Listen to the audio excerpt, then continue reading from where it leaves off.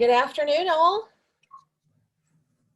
If you would, please introduce yourself in the chat box, just so we know who all is with us today.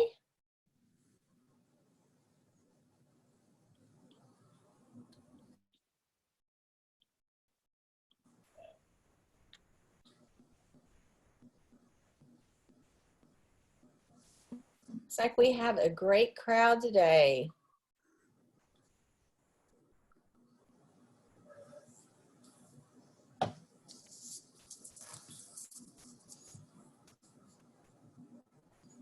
All right. And all right. Well, welcome to everybody. I hope everyone's surviving as we continue our distance learning and all of the fun that brings with it. I know it has definitely been interesting around our households. We were just talking about before everyone joined us this morning or this afternoon. I'm still having a few people that we're admitting in. I want to just make sure everyone has a chance to get in. Hey, Melissa, while you're waiting, can we make sure and ask people who have phone numbers to change to their names? And you might want to explain to them how to do that. Absolutely. So if you are able to do that, that would be great, so we can just know who we're visiting with. You can, on your, let's see, on your phone is always interesting. You should be able to, over participants, to be able to change your name or to rename yourself where it says more. There's usually a drop down that adds into an added name or a rename. That way we can see who's Let's see, we're at to 115. Got a few more in here. All kinds of people today. All right. I put the agenda in the waiting room. I'm also putting it here as well so that everyone can see it. This is a running agenda, so this includes the agendas from the last 2 meetings with all of those links as well. We do not have new information today, but we wanted to make sure that we have this opportunity to be able to address any questions. As I know you're continuing to work with families and teachers, we always have new questions that come up, and we don't mind answering any of those questions. Sometimes it's the question that's been asked before and we just need to ask it again, sometimes in a different way and sometimes in the same way. It's okay. We get it. This is not, this is typically confusing. This is typically what we do every year, is answer all these types of questions, and adding in the extra confusion of distance learning has just added a few more. So don't feel badly if you're asking a question that you feel like somebody else might not have answered or might have already answered. It's okay, because I guarantee there's somebody else with the same question. Please ask away so we can get that taken care of.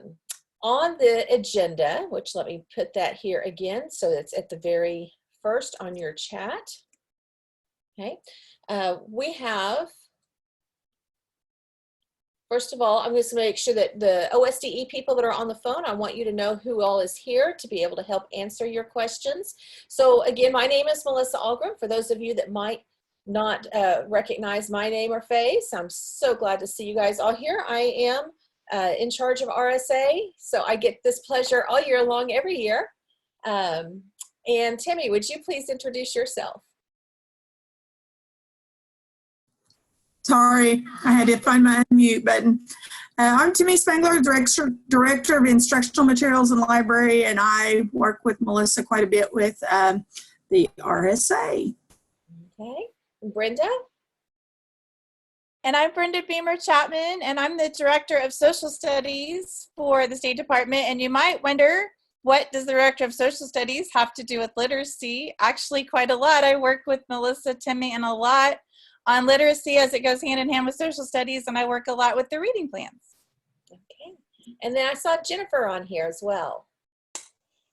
Hey, good morning, not good morning, good afternoon, everybody. I'm Jennifer, and That's what distance learning has done for me. I can't tell AM from PM any longer. Just saying. And my coworkers are driving me crazy. My name's Jennifer McKay. I'm the Director of Early Childhood, Pre-K through 3rd grade at the State Department.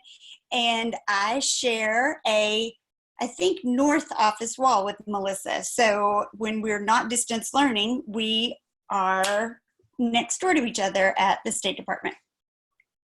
Okay. Are there any other OSDE people here that I've missed? All right. So for those of you that have just joined in, I am asking if you have a phone number that's showing up, if you could rename yourself either by hovering over your picture and there's a little 3-dot menu for those of you that have that capability where you can hit that 3-dot menu and it will go down to rename, or you can hit go to participants and you usually have a more drop down to be able to rename as well. So we're just trying to associate some names with phone numbers. If you can't figure it out, it's okay. It's not a big deal. We will take care of it. But we're also, if you'll just introduce yourself in the chat box as well, we're kind of keeping track of that so we can see who all has been on here if we need to refer back to anybody and help you out with any situations. So, oh, good. And I see Sharon. Sharon, you want to introduce yourself real quick?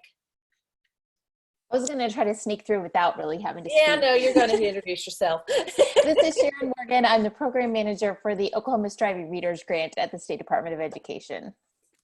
Thanks, Sharon. So, Michelle's on here also. oh, good, Michelle. Hop on.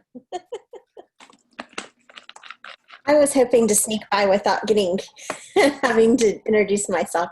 I'm Michelle Seibold, and I am a part of the Striving Readers Group. So as you can see, RSA is something that everybody gets to enjoy and be a part of at the OSDE, and we all are a happy team doing that together. Okay.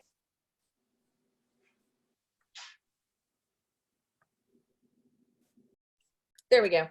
Let me post again in the chat the agenda, the running agenda. This has the several links for you. It also is a running agenda, so it also contains links from the previous 2 meetings that we have had as well. There is not new information today that we need to go over, but we do want to make sure that we are available to answer any questions, to review, because I know some of you have not been able to be on previous meetings and are needing a chance just to be reassured that, yes, you do actually know what you're talking about. It's all good. We can do this. And so we're going to just kind of quickly go over that guidance because I do know I have some people on here that have not been able to join us previously. So we're not going to spend a lot of time going in depth, but I do want to make sure that everyone knows where to find that guidance. We also have been trying to get out the RSA newsletter. If you've not signed up for that, there is a link and directions for how you can do that as well. So let me pull up the guidance real quick and share my screen. Make sure that I am doing that correctly. Okay, Timmy, am I showing my screen with the RSA guidance? Yes, you are. Yes, you are. Okay, thank you. Just like to make sure. So with this guidance has not changed since it was originally released on March 30th. It is just a very quick overview of the different pathways for promotion for our 3rd grade students. We remember that we have 4 pathways, and I noticed somebody pointed out last week, people tend to get confused between our pathways and our exemptions. So when we talk about pathways, we're talking about the 4 broad categories of how we might promote a 3rd grade student to 4th grade. So the first pathway is meeting that RSA criteria on the state test. Any other year, we normally have around 80% of our students that are promoted to 4th grade through this pathway. However, this is not available to us this year.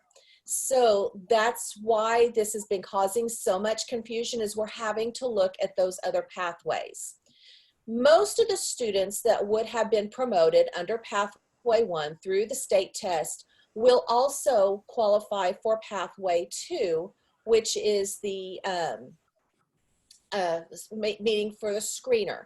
So we have 7 screeners that have been approved by the Oklahoma State Board of Education. The way it states in state law is that for students who meet the end of year 3rd grade level target, they can be promoted to 4th grade. They can meet this target at any time during 1st, 2nd, or 3rd grade. They only have to meet the target once. It does not have to be where they were the last time you tested. So they might have met it and then maybe slid down just a little bit right below the target, but they've still met that target, so they still qualify for promotion, okay?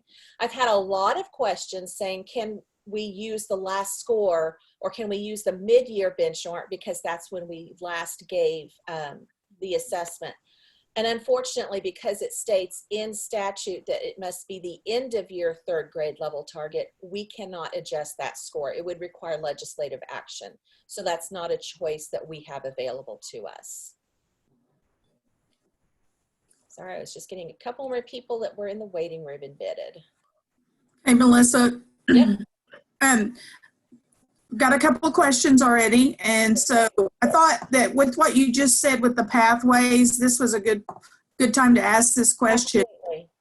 Just for clarification, do we have till school starts to get the paperwork completed, or is there a different timeline?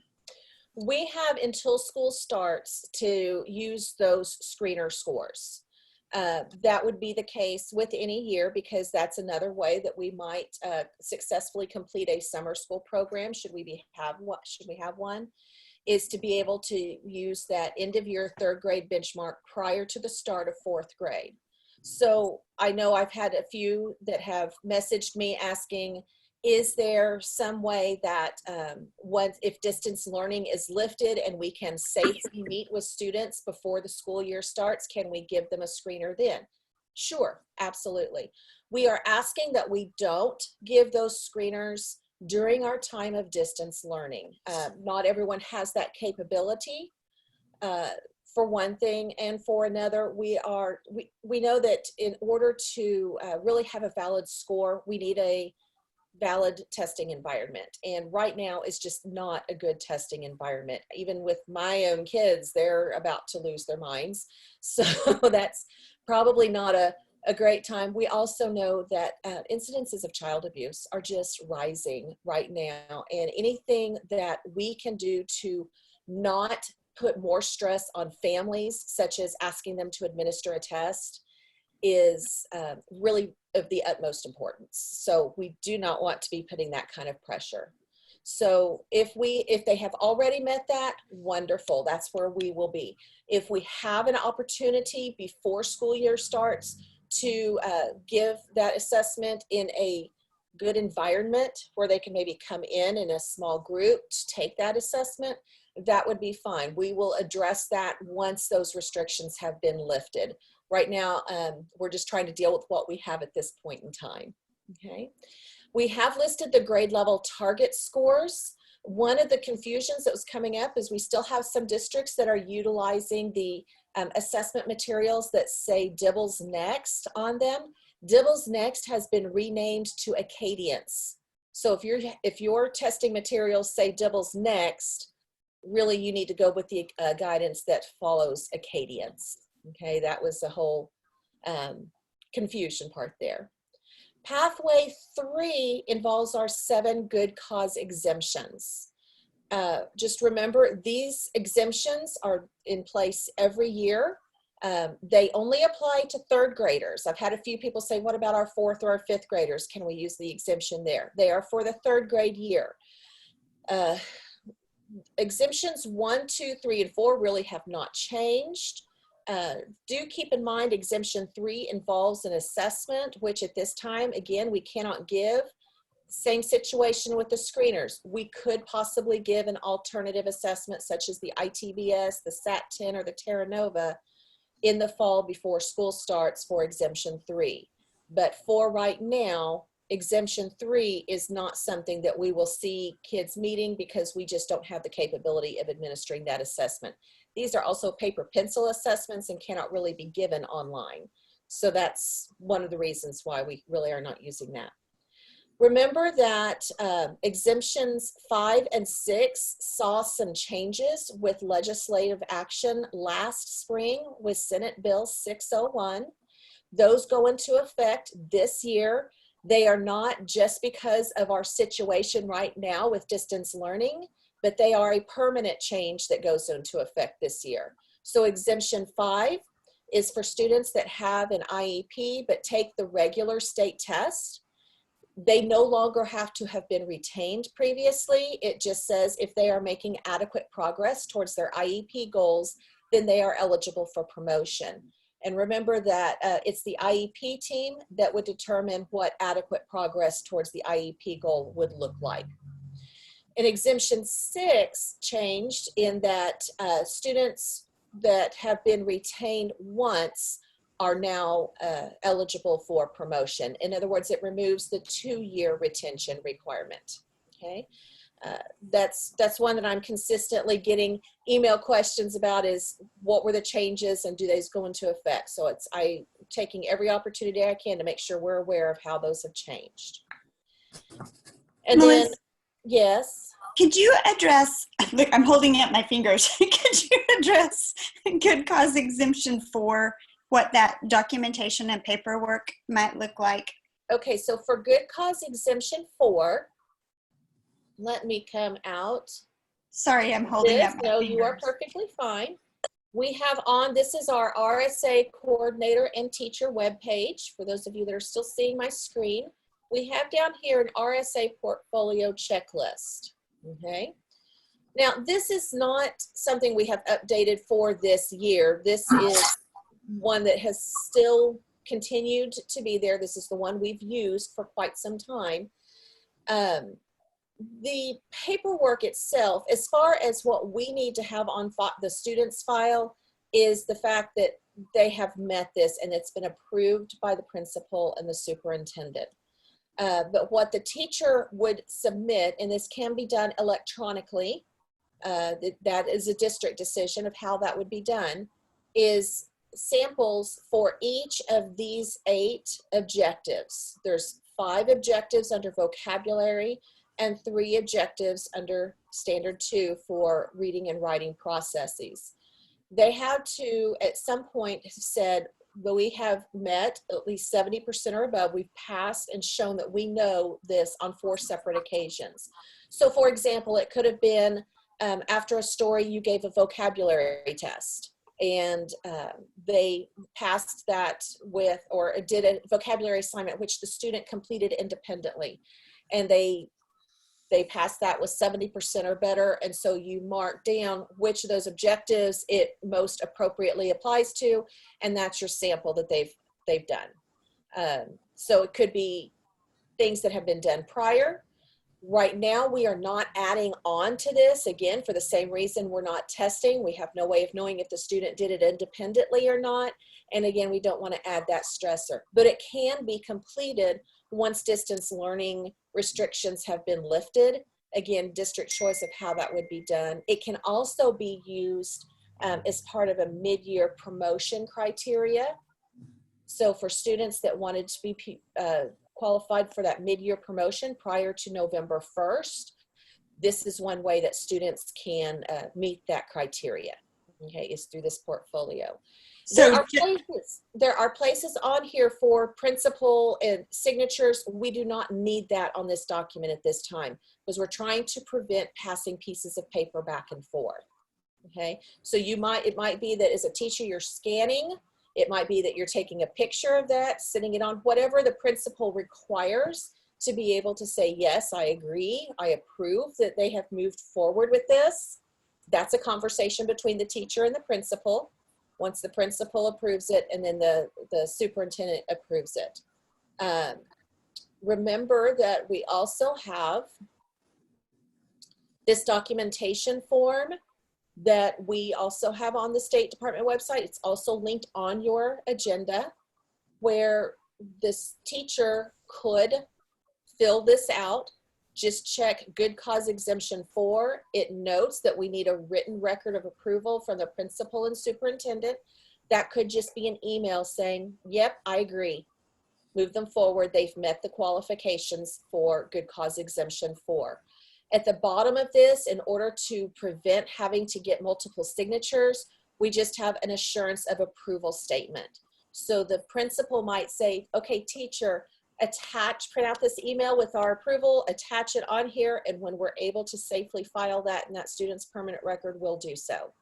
Right now, we want to make sure everyone's just staying safe. Did that address the question, Jennifer? So just for clarification, there's not a reduction in the number of artifacts. No, there is not, because that's defined in the administrative rules. That's not something that we have control over. Yeah. Okay.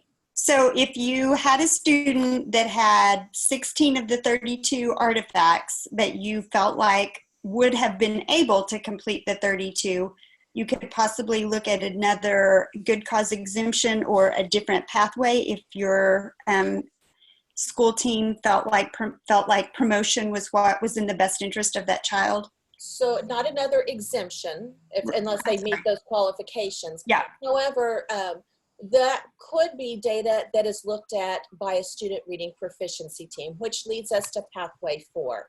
So any student that is not meeting on the screener or does not meet the requirements of an exemption then needs to have a student reading proficiency team meeting. And that team would then decide, is promotion or retention in the best interest of this student based on whatever data that we have available. That could be things looking at what was attendance like prior to distance learning. If we have work samples that for a partial portfolio, how are we doing on that? Were we doing just fine? We just weren't quite able to get to that screening assessment. What's progress monitoring data been looking like? Have we been going with a good upward trend that we think is going to continue once we come back to school? So can we meet those needs with doing that, or do we need to have that child have more time? Keeping in mind that all of our students going to 4th grade are also going to be behind as well. So remember that the student reading proficiency team involves the 3rd grade teacher, a 4th grade teacher, and then the parent or guardian of the student. That decision for promotion has to be unanimous. If anyone on the team disagrees, there's not a unanimous decision one way or the other, then the student is retained. Okay, there might be a unanimous decision to retain, but the question I most often get is, well, what if someone doesn't agree? Well, then the student's retained. It's a unanimous to promote type decision. That has to then be approved again by the principal and the superintendent, and then we move forward. Okay, so just a quick reminder of this decision tree that we've put on there. We start with the fastest and easiest method of promoting our students is going to be through the screening assessment. Have they met that end of year grade level target? So that would be the first students that we do. We just document that target when it was met and move on. The next method to think about is, what about students that might have met one of those good cause exemptions, and document that appropriately and then move on. For everybody else, we will need to have a student reading proficiency team. If it's a unanimous decision, we promote. If we have dissension, then we, or the principal or superintendent does not approve the decision, then that student is retained. Okay. Melissa? Yes, ma'am. We had one more clarification about the good cause exemption 4. So do students need all 32 artifacts to be promoted with that exemption? They do. Okay, so now, not to be confusing, we have some questions about pathway 4. Okay. And that would be don't want everyone to be reading confused. proficiency team. Yeah, so the good cause exemption 4 question is gone. Yes, you need those artifacts. This is about a pathway. Can this apply to 4th grade, or is it just a 3rd grade pathway? These all are just talking about 3rd grade students at this point in time. We'll flip over to 4th and 5th grade here in just a minute, but right now we are only addressing 3rd grade students. Okay. Were there any other questions that came up about our pathways? Yes. Are we supposed to send home a copy of the pathway document home to the parents What about the end of year letter we had to send in the past that lets parents know that the student scored below benchmark on the end of year test and provides a list of available vendors to provide reading tutoring? Is this still required to go home? Okay, that's a lot of questions in one. I got to see if I remember what all those were. We do have to, let me come back over here to our document for a moment. In red, we've kind of said what exactly has to be provided. For students that meet the screener, it is in law that we have to provide written notification to the parents when they meet that screening score. So most of our schools have already provided that written notification that your student has met the end of grade target. If your school has not already done so, then that's what you need to do. So if you have Grace in your class, in your school, no notification has been sent home, but on the STAR test, she met the 392 back in January. There needs to be that same letter that just says your student has met the end of grade target. She's going to 4th grade next year. Okay. I have one question. Okay. Well, let me finish answering this one first. Okay. Thank you. For the exemptions, we just need to let the parents know that they have met one of those exemptions. There is not a specification in law that it has to be in writing. I personally would recommend that you have it in writing just because it's helpful to be able to pull that back when a parent asks or says they didn't get that information. And the pathway for the student reading proficiency team, it's assumed that the parent knows what the decision is because they're part of that team. Again, it's probably a good idea to follow up. It is required that a school would let the parent know in writing if the student is being retained. Okay, so again, all of that is on this form just so that you will have that with you. Okay, I know another question that has arisen is, well, we use a different form. Do we have to use this one? You do not. We have created this as a tool that you can, and to have all the information on this page. But if you already have something you've done, especially if you filled it out, please do not double your work by just switching over to this. This is simply meant as a tool to be helpful, not as additional work to do. Okay. All right. So I had a question in here. Yes. Yes. Okay. It's gonna be real easy. Okay. I just want to make sure. I just want to make sure I understood you. For example, if we have a student that have 25 copies, artifacts. Okay. And they don't have a homophone page, and they're doing homophones as one of their part of their assignments, doing virtual learning, this distant learning thing. So are we able to give them assignment from that and print out their scores and put that into the portfolio? What I have been told, the decision from the legal department right now is no. Okay. Because of this distance learning, just because we would not know if mom was standing over saying, well, this one goes here, that one goes there, that type of thing. Now, if we are able to lift our distance learning and you were to take that assignment or maybe switch it around just a little bit, have that student come in and say, here, we already know you can do this. Let's see if you can do this on your own. Then we can slide that in, but we'll have to wait till we can lift our distance restrictions. Okay, thank you. Yes, Deborah, that's fine. Let's see, any other questions on this? Melissa? I see you've had, is there a way to make the documentation form editable? Send me an email and I can send that to you where you can, or I'll help you with those edits, because I just want to make sure that what you have on there editing is still, make sure that it's still legal. So if you'll send me an email with what you're needing, I'll help you with that and send it to you for that PDF. So is there a deadline to send out the parent written notification? There is not a deadline right now. The deadline is before the start of the 4th grade year. Okay. That's really the biggest thing we're talking about. What else, Timmy? Someone was talking about the pathway to promotion by the end of 3rd grade, and that score can be any time from 1st grade, when they start 1st grade, through the through third grade, correct? Right. Even So if they some of get below on the next one. Right. So some of the screening assessments have specific grade level documents. For example, Ames Web, Dibble's Next, or Acadience have, this is the second grade assessments, and they have the second grade benchmark.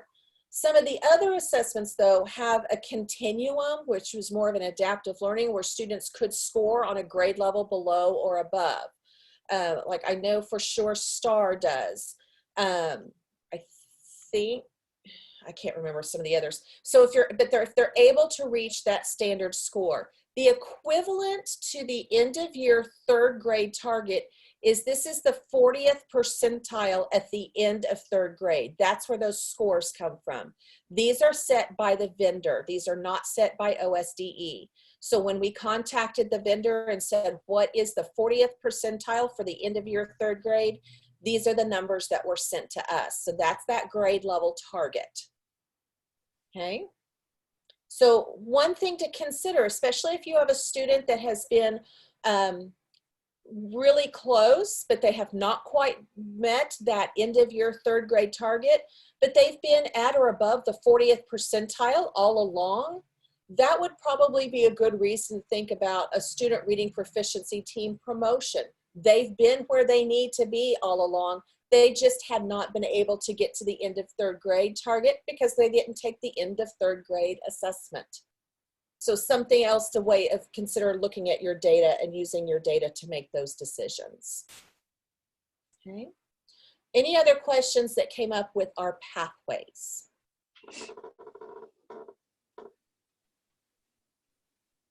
Melissa, someone just said that your document is wonderful and wondered if we'll be able to use that from now on to document. I'm hoping so. Obviously, the notes on there that are specific to this year we would need to change, but that would be a decision to make sure with legal that we're able to, because I know we've had to make some concessions, but at the same time, this does meet the requirements of our legislation. So I don't see any reason why we wouldn't be able to. We just want to take off the notes like obviously student pathway 1, we want to be able to use and often not have to document for all those kids as well. So.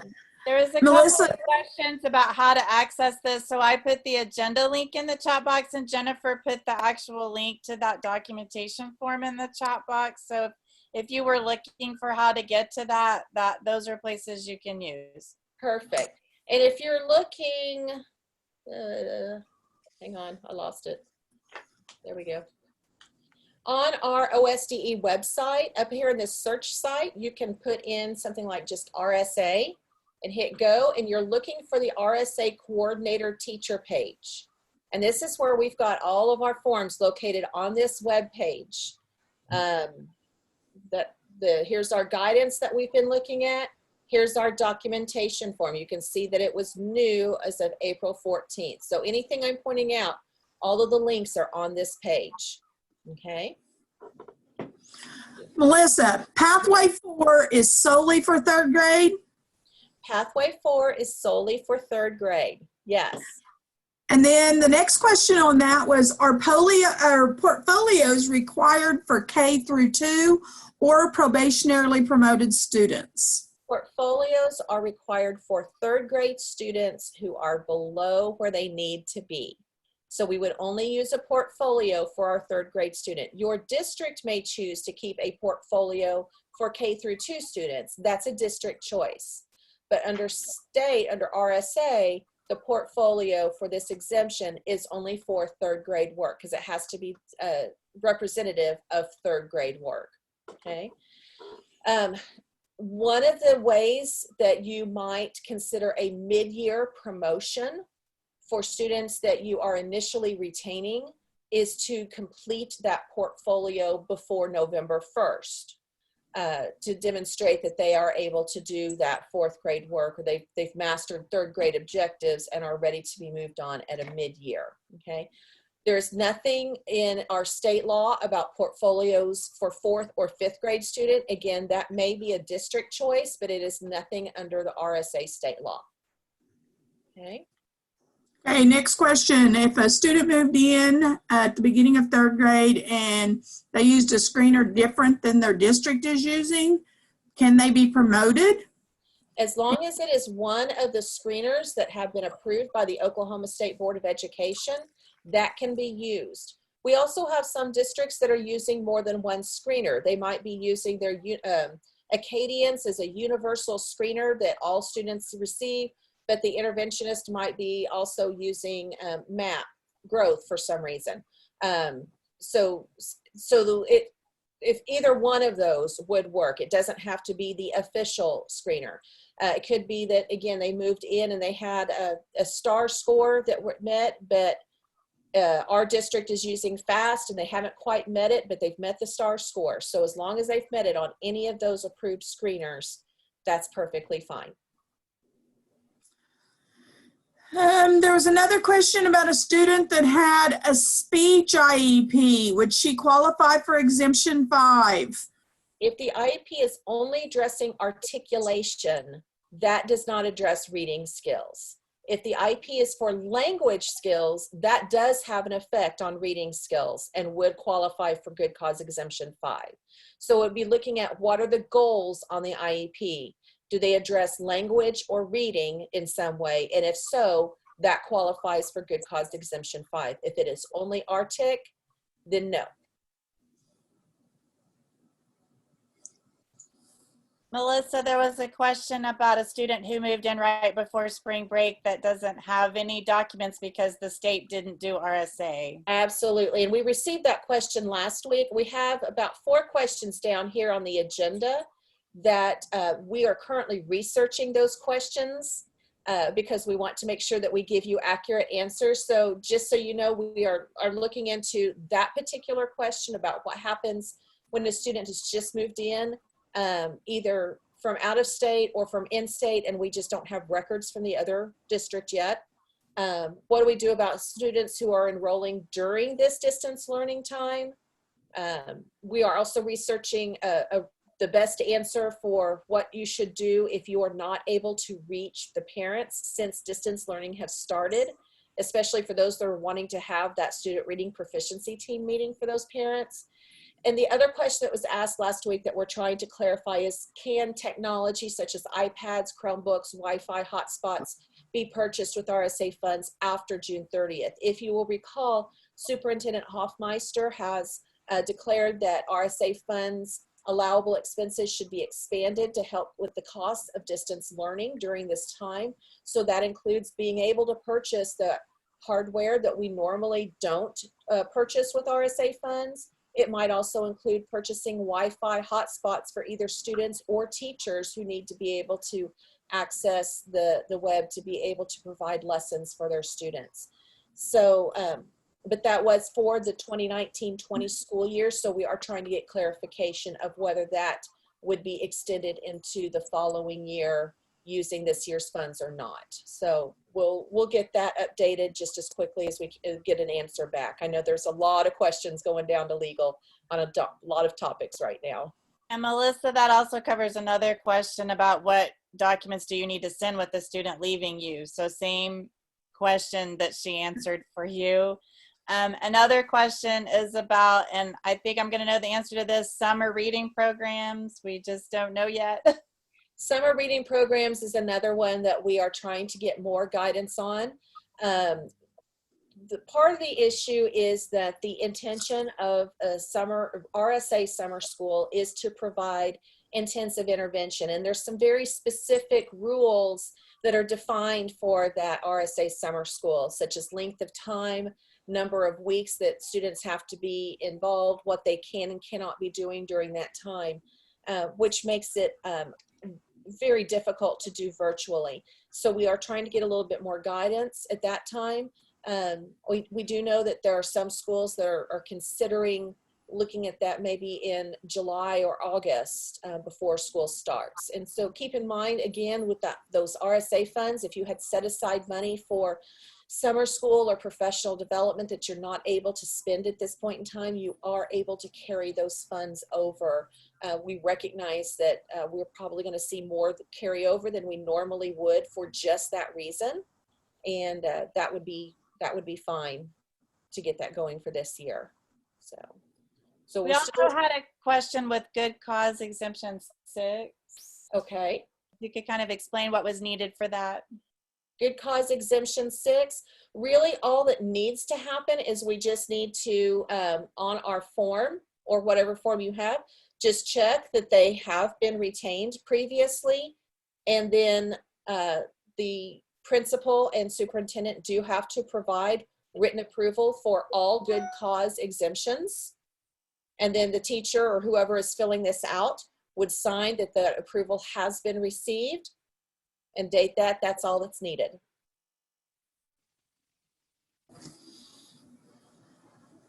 Okay, are there any other questions that you're seeing about what we've gone over so far? I know we've covered a lot. Well, there's one more about funds. Could they be used to purchase an RSA formal assessment? Yes. Yes, for the screeners or any of the alternative assessments, any assessments approved under RSA, yes, you can use RSA funding for those purchases. Melissa, there's a question about if you have a student that has been referred to be tested for SPED and they're wanting to know what to do with it. And I would say, and correct me if I'm wrong, but that's where you would hold a student reading proficiency team meeting. Absolutely. And that would certainly be a strong consideration for that team, knowing that there is a process in place for a potential placement in special education, which is an extreme form of intervention. So that might be the best placement, is to move forward in 4th grade with those special education supports. Again, we're just giving you very general ideas. You are the ones that know your students the best and know all of the extenuating circumstances. That's why that student reading proficiency team is in place. It's very important to consider everything that you know about the student. We're just trying to remind you of things to think about when that team is meeting and you're looking at your data. Okay. A question about what do we do about signatures for Pathway 4? And I know we've talked about this at every meeting, that that could be verbal on a phone. It could be if you're on Zoom, like recording the chat. That's also going to depend on what your district chooses to do, correct? Absolutely. There needs to be some sort of record of agreement or not, but that assurance of approval down here on the bottom of this form would state that the teacher has received, that everyone has agreed that promotion would be best. Again, that is a district decision exactly how that is gathered. I know if I were having to do this for my teachers, I would recommend that they, if they were on a virtual meeting, that they have everybody put in their agreement or disagreement on the chat box and then take a screenshot and have that attached, or have an email. But there does not need to be physical signatures from everyone for this, okay? This assurance is saying, yes, we have received all this, so that if somebody comes back and says, no, that's not what I said, yes, we have this with us. That's why it's helpful to maybe have that in the chat or something where somebody's had to enter that in. Could even be if it's on a conference call, if you have a parent that does not have capabilities of a Zoom meeting, something like this, and you're having to do a phone call, it could even be a text. Send me a quick text message that yes, you agree or not. You know, forward that on to your email or to a principal so that you have that, that this was received on this date, the approval to do this, okay? So what this does is the person is reducing our signatures, but the person who's filling this out is going to have to document when approvals were received or not.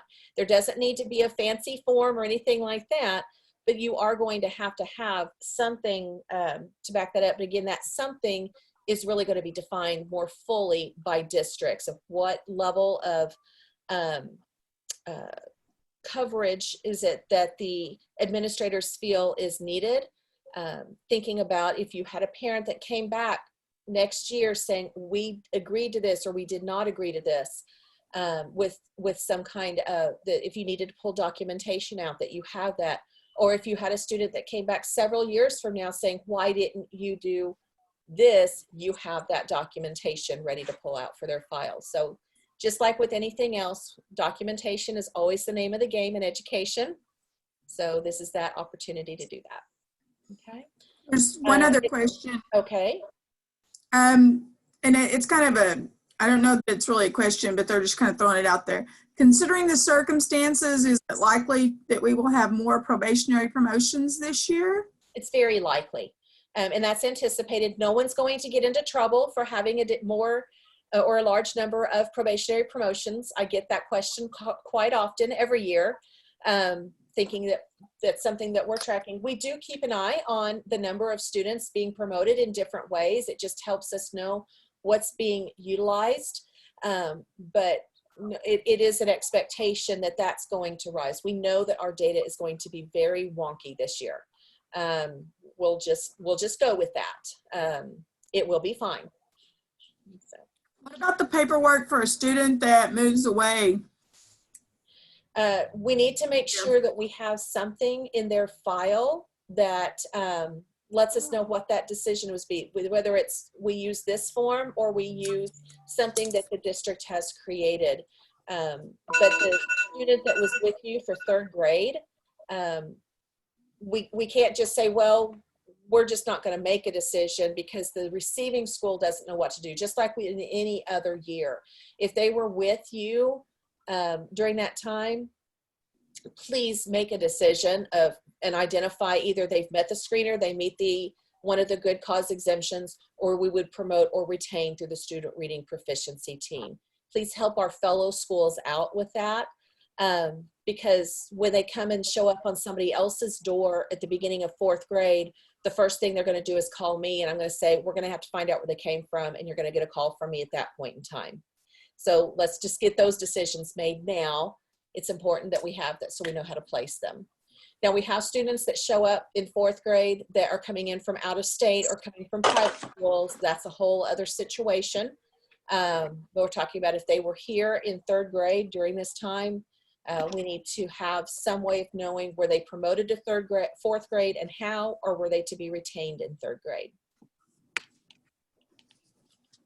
One more question about how long should they keep the documentation? This really needs to be part of the student's permanent record. Okay, and that's why we've tried to reduce it so that there's not a lot of papers. We don't need to keep a bunch of work samples. This, either one page or whatever you have, 1 or 2 pages is enough to be able to say, this is what's happened with this student. Again, thinking about those situations of students who have graduated from high school that come back later on and say, you graduated me, but I can't read. This would be a piece of documentation to say, well, here's what we did do to support you. So just like anything else, like you have an IEP, this is a legal document. It's showing that we have complied with state law. This is something that goes into the permanent record and stays in the permanent record.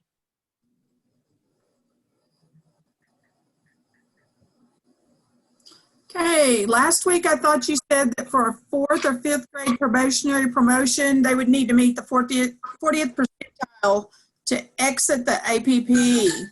Okay, so let's go back to our ongoing requirements then.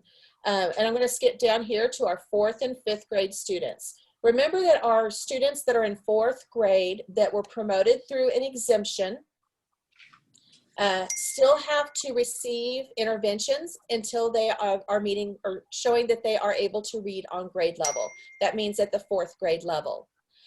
For students that are promoted through a student reading proficiency team, their promotion is considered probationary, and the student reading proficiency team has to continue to review that student's data on an annual basis to consider whether promotion to 5th grade would be appropriate, and then promotion to 6th grade. After the 5th grade year, then it states in law that that student would transition to a locally developed plan, and then the district decides what happens at that point in time. It's no longer covered under state law. that they are just under a state plan. Now, as far as what on grade level means for those students that were promoted either through exemption or through a student reading proficiency team, that means that they are on that grade level range. So if they're a fourth grade student, that they are reading in that fourth grade level range.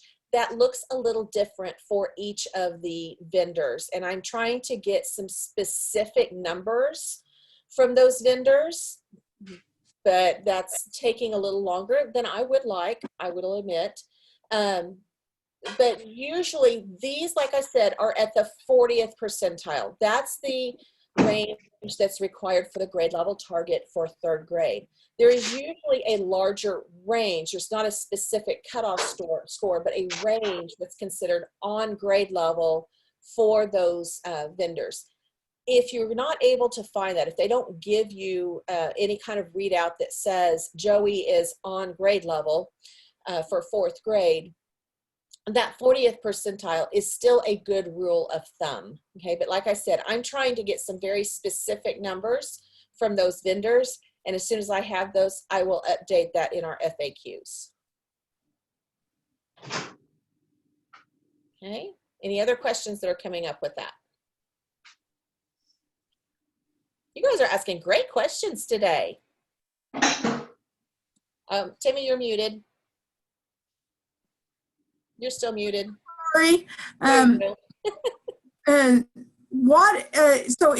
one of the things there's two things here. Is it okay to just upload pathway document to their school status file, or does it need to be a copy? Yeah, that's fine.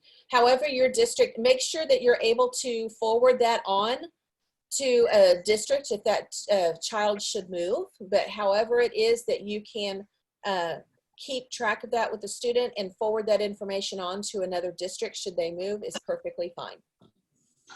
Next question, what documentation do we need for those fourth graders? That's a great question too. So Our screening score?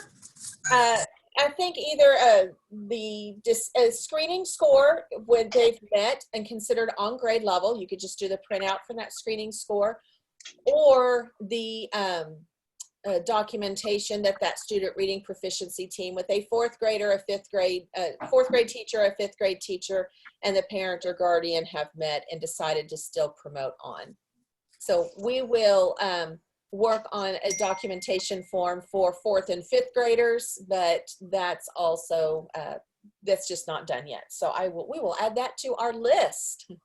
So speaking of fourth and fifth grade, we have another one. So when the SRPT meets for a fourth and fifth grade student and there isn't a reading specialist in those grades, should they get a reading specialist from the second or third grade level to be part of the team? A reading specialist is considered part of the team if one is available. If there is not a reading specialist available, you do not have to go out and find one, okay? So that every time we see reading specialist, we'll see in parentheses, if available. So if you don't have one on staff, just take that off your list. Melissa, you're like a superstar today. I think we've actually got to every one of the questions so far. Oh, that's good. Okay, I see Teresa just put one up. Yep. We've only been able to, we've only used the screener that we turned in on the school RSA promote. If you use two different programs, Teresa, you are correct. You can use the second program. It doesn't have to be, if you turn in that your school uses STAR, but you have somebody, you also are using Acadience, maybe for your interventionist or something, and they meet it on Acadience but not STAR, that's perfectly fine, as long as it's one of those 7 approved. So that doesn't mean go find another one, like for thinking about if they're not on that list, then it doesn't count. It's just one of those 7 that's approved. Okay. I want to point out on this guidance document, we have about 8 different pages of frequently asked questions that are through here. Some of these we've addressed today. Some of these we have not. Please take a moment and read over these. If there is a question that you have that is not covered here, and we have not covered it, or you think it needs to be added to this document, please shoot me an email with that question. If I can't answer it right away, like I said, we have sent some questions down for decisions for people who are higher up and smarter than us, and we're perfectly fine with that. As soon as we get those answers, we will get them added to this document, and we will note that those are new answers, so that you're not having to search through of what might have changed. We will, once this is updated, we will also send this out through our RSA newsletter saying that there have been updates made, so that you're not left wondering. Then you'll have that, okay? No, you do not need to alter any reading plans on single sign-on. Please take that off of your plate, because really, honestly, none of us have any intention of reading any altered plans. So we have enough to do without doing that. So we recognize that all of you will probably have some altered plans due to situations beyond your control, and we'll just move forward and it'll be fine. So, all right, are there any other questions that we might have missed? I'm kind of glancing back over. And we are certainly getting on the top of this hour. So we will be here again next week at the same time, same place. All of the login information is the same. The password for these meetings are the same each week for RSA.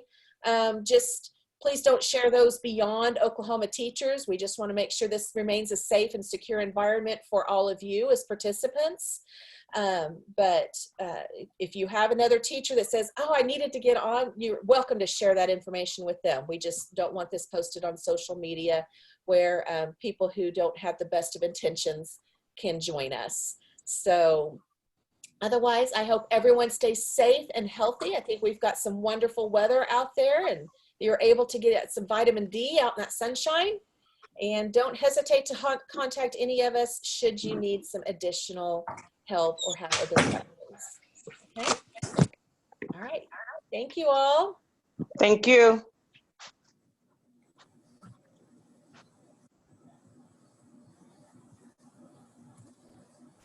All right. Timmy, I'm just kind of waiting for everyone to kind of Yeah.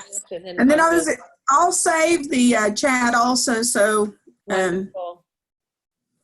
We'll just kind of double check. I don't know where it'll go, but I'll save it. You're a lot more tech savvy than I found it last week. I know. Oh, Between the two of us, we get it worked out. that's a good thing. It is. I think everyone had great questions today, though. There was. Yeah, they had some great questions. They did. They had a few that hadn't been asked yet. I think we need to consider some of those maybe to add to the FAQs, because yes, even though we're able to answer them here, I think it'd be good to have that on the document for anybody else. So I agree. we'll look at that later. Okay, I'm going to save this. I just saved the chat. How do I know where it went? I'll get on a Zoom call. I'll get on the Teams call with you a little bit. I'll show you. Okay. All right, I'm ending the meeting. All right, bye.